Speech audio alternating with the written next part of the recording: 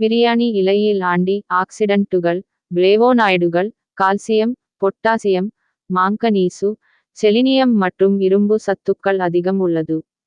பிரியாணி இலை டைப் -2 நீரிழிவிற்கு நல்லது. இது இரத்த சர்க்கரை அளவை சீராக பராமரித்து, இதயத்தின் செயல்பாட்டை சீராக வைத்துக் கொள்ள உதவும். எனவே நீரிழிவு நோயாளிகள் இதனை உணவில் சேர்த்து வருவது நல்லது. தொடர்ந்து இந்த பிரியாணி இலையை சாப்பிட்டு வந்தால் முடி கொட்டுவதும் நிற்கும். பிரியாணி இலையை நன்கு வேக வைத்து அதன் தண்ணீர் நன்கு ஆறியதும் தலையை கழுவினால் முடி உதிர்வது நிற்கும்.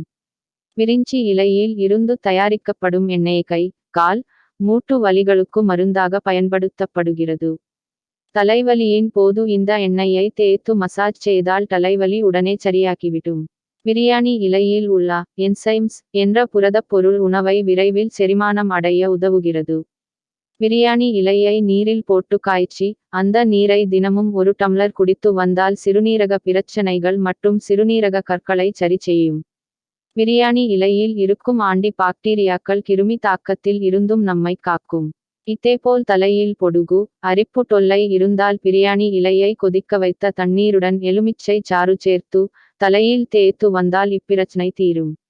சிறுநீரக பிரச்சனைகள் மற்றும் சிறுநீரக கற்களை போக்க பிரியாணி இலை பெரிதும் உதவியாக இருக்கும்.